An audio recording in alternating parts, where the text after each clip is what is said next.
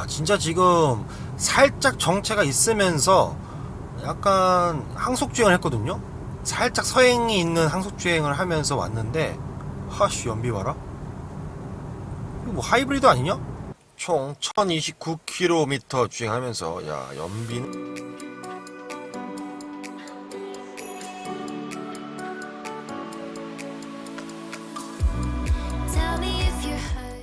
안녕하십니까, 트위브로입니다. 자, 오늘은 여러분들한테 보여드릴 차량 뭘까?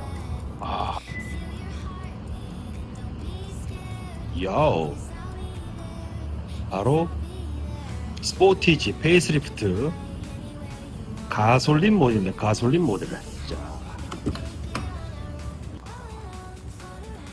1.6 터보 가솔린에서의 요번에 가장 큰 핵심은 바로 기존의 7단 DCT에서 8단 자동 변속기, 드디어 8단으로 변경됐습니다. 사실 기존의 7단 같은 경우는 DCT의 특성도 있었고, 특히 오르막길에서 미션의 반응 자체가 좀 아쉬운 부분이 상당히 많은, 사실 그냥 너무 스포티한 미션 움직임에만 조금 집중돼 있었던 모델이었지만, 지금 8단 자동 변속기는 뭐 사실 역사가 깊잖아요. 이 녀석에 적용된 8단 자동 변속기 같은 경우는 살짝 저속에서는 약간의 좀 꿀렁거림이 있고요. 약간 좀 1단, 2단 쪽에서의 꿀렁거림과 악셀을 좀 깊게 가져갔을 때는 좀 상관이 없는데, 악셀을 좀 살살 가져갔을 때 변속 충격이 좀 느껴집니다. 더불어서 정차를 하고 나서 ISG가 걸리고 나서 제시동이 걸릴 때, 제시동이 걸릴 때의 그 느낌도 살짝 꿀렁거림이 좀 있어요. 그러니까 사실 그런 부분에 있어서는 어떻게 보면 하이브리드 엔진이 좀 더 장점이 있거든요. 사실 하이브리드 같은 경우는 저속에서나 아니면 시동이 다시 걸릴 때 같은 경우는 전기 모터로 활용하지 않습니까? 하지만 이 녀석은 하이브리드 시스템이 아니다 보니까 오직 엔진과 미션으로만 이제 구동 준비를 해야 되는 상황이 있다 보니, 거기서 8단 자동 변속기에 좀 아쉬운 점들이 좀 느껴지고요. 그러니까 사실 모르겠습니다. 이게 일반 다른 부드러운 8단 자동 변속기는 아니에요. 굉장히, 자, 악셀도 지금 좀만 가져게 되면 차량의 가속력이 아주 훌륭합니다. 그래서 이런 부분들을 봤을 때 굉장히 좀 역시나 좀 DCT의 느낌이 사뭇 나는 정도의 그런 스포티함을 이 8단 자동 변속기에서도 좀 느껴진다. 하지만 뭐 오르막길이라든지 그런 거에 이슈가 있었던 7단 DCT의 그런 부분들은 어느 정도 다 보완이 됐다라고 보시면 될 것 같고요. 하지만 그렇다고 이 미션이 안 좋은 미션은 아닙니다. 좀 놀라운 게 뭐냐면, 얘를요 하이브리드처럼 좀 주행하게 되면 연비가 상당히 좋습니다. 그러니까 그 뜻은 뭐냐면, 우리가 자 보세요, 속도를 어느 정도 올리고, 자 이렇게 해서 속도를 올리고 악셀을 떼고 관성주행을 하다가 살짝 악셀을 살살 밟게 되면, 하이브리드 같은 경우는 전기 모터가 아주 극대화로 활성이 됩니다. 하지만 이 녀석은 저속에서는 한 1300rpm 정도, 그리고 고속에서는 한 1400, 1500rpm 정도에 머물면서 꾸준하게 힘을 유지해주고 있어요. 속도가 안 떨어지고. 그러다 보니 어느 정도 속도가 붙고 나서 다운시프트가 되고 1300에서 1500rpm 정도로 쭉 항속주행을 했을 때 연비가 아주 좋습니다. 정말 많이 나올 때는요 고속연비가 16 후반대까지도 나와요. 훌륭합니다. 그러니까 초반에 이 녀석이 어느 정도의 속도를 올리고 터보 엔진을 처음에 가동했을 때, 그때 미션하고의 궁합이 조금은 아쉽지만 그 이후서부터는 만족감만 좋습니다. 자, 지금도 다운시프트가 돼서 지금 보면 1300rpm으로 쭉 속도가 떨어지지 않고 그대로 유지를 하면서 주행하는 모습을 보고 있습니다. 이때 당연히 연비가 정말 극대화되거든요. 그러다가도 제가속을 너무 세게 안하고 살살 악셀 조금씩 이렇게 밟았을 때 조금씩 속도가 붙는 모습들. 그래서 약간 하이브리드에 좀 익숙해졌던 분들이 이 차량을 주행한다고 했을 때 연비의 효율성은 상당히 많이 이점을 누릴 수 있겠다라는 생각이 들고요. 그래서 힘은 파워풀합니다. 정말 엔진의 소음은 조금 유입이 됩니다. 엔진의 회전음도 좀 거친 느낌이고, 좀 고속 달렸을 때는 약간의 옆쪽 윈도우에서 옆쪽 창문에서 조금은 풍절음이 유입된다라고 보시면 될 것 같고요. 제가 지금 타고 있는 모델은 2륜입니다. 4륜 구동은 아니에요. 근데 이렇게 어느 정도 살짝의 고속에서 좀 코너를 돌게 되면 롤 억제 실력이 상당하고요. 스티어링 휠이 굉장히 민첩한 편은 아니지만 고속에서 좀 코너를 돌 때 차체의 밸런스는 좋게 느껴집니다. 야, 그렇죠. 상당히 안정감이 있어요. 그래서 부드러운 변속은 아니지만 굉장히 좀 스포티한 변속을 지니고 있는 이 녀석. 그리고 거기에 좀 스포티한 느낌이 한 가지 더 있습니다. 자, 바로 승차감입니다. 그러니까 제가 얼마 전에 여러분들한테 이제 스포티지 페이스리프트 하이브리드 모델에 대해서 한번 소개를 해드리지 않았습니까? 거기서 제가 조금 좀 아쉽게 느껴졌던 부분은 예전보다 좀 낮아진 하이브리드 연비 효율성도 물론 있겠지만 저는 개인적으로 승차감이 좀 아쉬웠어요. 그러니까 원래 이 스포티지가 투싼에 비해서 조금은 단단한 느낌의 하차 세팅을 가져갔거든요, 그동안. 근데 하이브리드에서는 자, 지금 이런 요철을 만났을 때도 굉장히 뭔가 약간 좀 기분 나쁜 통통거림이 운전자로 하여금 승차감에서 약간 좀 불쾌함을 느끼게 해줬었는데, 자, 이 녀석은 우리가 알던 그런 스포티지가 맞습니다. 하이브리드와 좀 비교를 해서 하이브리드도 좀 약간 단단한데 잔요철들을 이제 충격 흡수를 다 하는 과정이라든지 처음에 좀 큰 요철을 만났을 때의 그 데미지라든지 그런 부분에서 좀 통통통거리는 그런 느낌들이 여기선 다 없어졌어요. 그런 통통통거리는 느낌 없습니다. 단단하지만. 그러다 보니까 개인적으로 저는 좀 단단한 승차감을 좋아하는 한 사람으로서 8단이지만 굉장히 좀 스포티한 변속의 움직임을 가져가주고 악셀도 좀 가져가게 되면 다른 차는 꽤나 잘 나가요. 잘 나가고 고속에서 코너를 돌아도 상당히 안정적이에요. 그러니까 뭔가 좀 재미나게 좀 스포티한 주행을 할 수 있다는 점에서 이 단단함은 정말 거기서 아주 딱 알맞은 정도로의 하체 세팅으로 나옵니다. 그래서 개인적으로 승차감은 저는 소프트하고 편안한 그런 느낌은 아니지만 정말 좀 스포티한 주행에 있어서만큼의 단단함은 아주 알맞게 세팅되어 있다라고 보시면 될 것 같아요. 그래서 승차감 부분은 상당히 좋습니다. 그리고 이 스티어링 휠은 정말 너무 좋은 것 같아요. 드만이 그죠? 드만이 정말 좋아요. 자, 페이스리프트가 되면서 사실 뭐 기존에 거의 비슷하지만 얼마 전 하이브리드 리뷰에서 말씀드렸지만 사실 좀 굉장히 너무 세단화된 듯한 느낌이에요. 이 HUD의 필요성은 이 녀석한테 정말 좋다.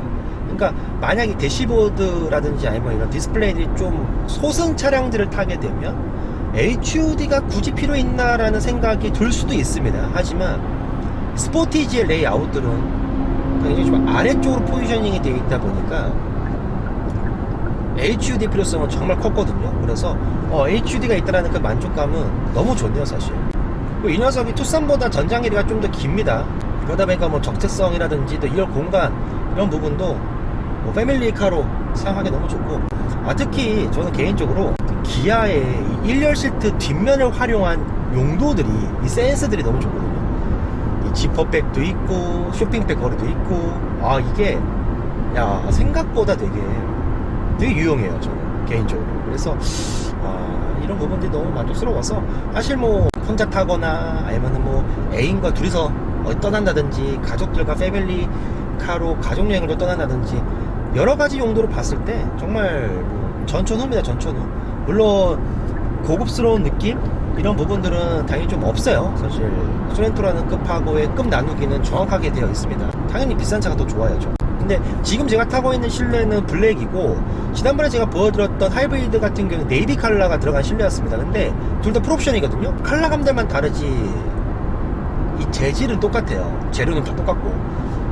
근데 오히려 올블랙일 때가 좀 덜 저렴한 듯한 느낌을 줍니다. 개인적으로 네이비 컬러일 때는 이 대시보드나 이 도어 트림 위쪽 상단에 그 느낌이 너무 조금 진짜 아래 그레이드의 차량을 타고 있는 느낌을 담아줬었거든요. 근데 블랙은 좀 나쁘지 않네요. 자, 총 1029km 주행하면서 연비는 14.2가 나왔습니다. 그러니까 확실히 좀 도심하고 고속주행에서의 좀 갭 차이는 많이 나지만 저는 이제 고속주행 좀 많이 했거든요. 했더니 연비 14.2입니다. 이 정도면 그래도 가솔린 엔진 치고는 훌륭하다. 자, 이렇게 해서 스포티지 페이스리프트 1.6 터보 가솔린 파워트레인에 대해서 한번 알아봤습니다. 제가 정말 많이 주행했거든요. 정말 많이 주행을 하는 동안 이 녀석을 느껴봤을 때는 거기서 이런 생각이 들더라고요. 그러니까 진짜 고속에서 정말 조금 발끝 컨트롤만 잘하면은 연비가 진짜 16대가 나오기도 하고, 물론 이제 좀 막히는 구간에서는 당연히 연비가 낮아질 수밖에 없겠죠. 거기서는 이제 분명 하이브리드와의 연료 효율성 차이는 분명히 날 겁니다. 저속 구간에서는. 하지만 그래도 이 녀석이 복합 연비로 봤을 때 약간 14 정도 나오거든요. 이 하이브리드를 제가 끌었을 때는 저는 그때 이제 약간 좀 자동차 전용도로만 많이 주행을 했기 때문에 18 정도 나왔지만, 좀 더 스포티한 고속주행을 하이브리드 차량으로 많이 했었더라고 하면은 겨울철인 걸 감안하고 나서도 연비가 17 정도 나올 겁니다. 그러니까 연비가 3 정도 차이 난다 라고 보시면 되는데, 결국에는 이게 계속 뭐 1년이 지나고 2년 지나고 3년 지나고 누적이 됐을 때 같은 경우는 큰 목돈의 차이가 될 겁니다, 분명히. 근데 지금 차 가격을 보게 되면, 와, 제가 지난번 소개했었던 하이브리드 풀옵션 같은 경우는 4,500 후반대였어요. 지금 타고 있는 모델은 딱 4천만원입니다. 4천만원. 그러니까 약간 500만원, 좀 많게는 600만원이에요. 그러니까 거의 600만원에 육박하는 차이라고 볼 수가 있어요. 그래서 600만원일 때 차이에, 600만원 차이에서 내가 가솔린을 사야 되냐 하이브리드를 사야 되냐 라고 질문이 들어온다면, 저는 사실 거기서 딱 단번이 이게 더 좋다 이게 더 좋다라고 말씀드릴 수가 없고, 운전자의 운전 성향이라든지 아니면 내가 주행하는 도로 환경에 따라서 구매를 하시는 게 가장 좋습니다. 그래서 예전에는 사실 고속주행이 많다라고 하면은 당연히 디젤 엔진을 추천드렸지만 지금 디젤이 안 나오잖아요. 투싼에서 제가 7단 DCT 가솔린 엔진을 탔을 때는 고속주행을 많이 하더라도 디젤을 절대 대체할 수가 없었습니다. 하지만 이번 8단 미션이 적용된 스포티지 가솔린 같은 경우는 어느 정도 조금은 대체는 가능하겠다는 생각이 들더라고요. 생각보다 고속연비가 너무 좋아가지고. 물론 당연히 그 디젤의 고속연비에 대한 효율성을 따라갈 수는 없지만, 어느 정도 디젤 엔진에 대한 흉내는 이제 좀 낼 수 있지 않나? 8단 자동 배수기가 들어감으로써. 이렇게 진짜 고속주행 위주로 주행을 하시는 분들 같은 경우는 이렇게 운전하잖아요. 하이브리드 연비 진짜 안 좋아져요. 하이브리드 연비 진짜 하이브리드로 고속주행 연비를 뽑기에는 힘든 부분이 있습니다. 하지만 지금처럼 딱 어느 정도 속도 올려놓고 1700rpm이면 1900rpm 선에서 그냥 아주 소프트한 악셀리만 가져갔을 때, 이 항속주행을 했을 때 연료 효율성은 정말 좋거든요. 물론 시간이 지나면 지날수록 그 600만원이라는 차량 금액 차이는 언젠가는 유류비로 뽕을 뽑을 수는 있을 겁니다. 그 600만원이라는 금액을 뽕을 뽑는 데는 시간이 꽤나 걸릴 수가 있어요. 근데 여기서 가솔린 차량 같은 경우는 사실 풀옵션보다도요, 저는 이제 노블레스 등급으로 해서 얘네들이 좀 옵션지를 좀 웃기게 하더라고요. 그래서 저는 분명 필요한 옵션이 얘 프로젝션 헤드램프, 진짜 이 세로용 헤드램프에 대한 야간 시인성은 정말 훌륭하고, 여러분들이 야간에 주행했을 때 정말 큰 도움을 줄 겁니다. 프로젝션을 하게 되면 당연히 휠이 이제 커지게 되는 옵션이 있고, 특히 이제 HUD가 필요하잖아요. 또 HUD도 다른 거랑 묶여 있어요. HUD도 묶여 있고, 그리고 이제 반절 주행 시스템은 당연히 내시는 게 좋고, 반절 주행을 또 함으로 인해서 모니터링 팩도 넣어야만 사실 운전이 좀 미숙하신 분들한테는 이 서라운드 뷰가 또 있다 보니까 또 좋은 옵션이 될 것 같고. 그래서 노블레스 등급으로 제가 지금 말씀드린 옵션들 정도만, 그리고 이제 뭐 가족용으로 타신다고 하면은 썬루프가 있는 게 좋을 거고, 아이도 진짜 좋아하거든요. 근데 아이가 없고 나 혼자 막 사회 초년생으로 혼자 타실 분들은 사실 썬루프가 크게 필요 없습니다. 쉽게 얘기해서. 썬루프가 있을 때는 3600대, 썬루프가 있을 때는 3700대 정도로 이 녀석을 사시게 된다고 하면, 그 정도 가격하고 제가 얼마 전에 탔었던 하이브리드 풀옵션하고 가격 차이가 뭐 한 8,900 나잖아요. 8,900만원 차이는 그걸 무시 못합니다. 연료비로 내가 뭐 장기간 타면서 연료비로 8,900만원을 세이브한다라는 것도 정말 쉬운 일이 아니거든요. 그래서 가솔린 엔진이 분명 있을 겁니다. 그래서 뭐 젊으신 분들, 사회 초년생 분들 사실 차 타자마자 연료로서 따지기보다도 좀 쏘는 거 좋아하잖아요. 남자분들, 여자분들도 그럴 수도 있고. 그래서 뭐 사회 초년생이라든지 아니면은 어찌건 간에 나 패밀리카로 이 녀석을 구동하는 데 있어서 고속주행이 많다 하시는 분들한테는 제가 아까 말씀드린 금액대로 해서 3,000한 중반대, 3,600, 3,700대로 가솔린을 사게 되면은 꽤나 만족도가 오히려 하이브리드보다도 승차감도 마찬가지로 좀 더 파워풀한 스포티한 주행 성능에 있어서 만족감을 더 줄 수 있지 않을까라는 그런 생각이 들었습니다. 그러니까 사실 지금 풀옵션인데도 솔직히 말씀드리면 실내 가죽 품질 이런 거는 뭐 그냥 그래요. 사실 고급스러운 느낌은 하나도 없고, 그래서 굳이 시그니처 트림에 적용되는 가죽까지도 필요 없다라고 저 느껴지고, 다만 근데 아까 말씀드렸다시피 어쩔 수 없는 준중형 SUV 라인업입니다. 그 카테고리 안에 들어있기 때문에 대시보드라든지 이런 도어팀 상단 같은 경우는 사실 고급스러워 보일 수가 전혀 없어요, 절대. 그래서 되도록이면은 색깔이 있는 실내는 좀 피하시고요. 색깔이, 왜냐면 이제 예를 들어서 뭐 네이비다, 화이트다, 카멜이다, 브라운이다 이런 조금 화려하고 고급스러운 컬러를 더 느끼고 싶으시다고 하면은 사실 뭐 나파가죽 등급 정도는 돼야만 그 만족도가 극대화되거든요. 하지만 일반 천연 가죽이거나 인조 가죽에서는 별 큰 소용이 없기 때문에 그냥 블랙으로 하시는 게 저는 가장 좋지 않을까. 관리도 편하고. 자, 그래서 스포티지 가솔린이냐 하이브리드냐 고민하시는 분들, 그리고 또 가솔린에서도 또 어떤 옵션을 또 구매해야 될까 고민하신 분들한테 이 영상이 조금이나마 도움이 됐으면 좋겠습니다. 자, 지금까지 영상 재밌게 봐주셔서 감사드리고, 저는 또 다음 영상에서 또 찾아뵙도록 하겠습니다. 자, 감사합니다. 야, 근데 지금 5500rpm, 6000rpm에서 변속을 했는데 엔진 소리 들렸냐? 내가 볼 때는 좀 엔진 사운드는 좀 그렇다.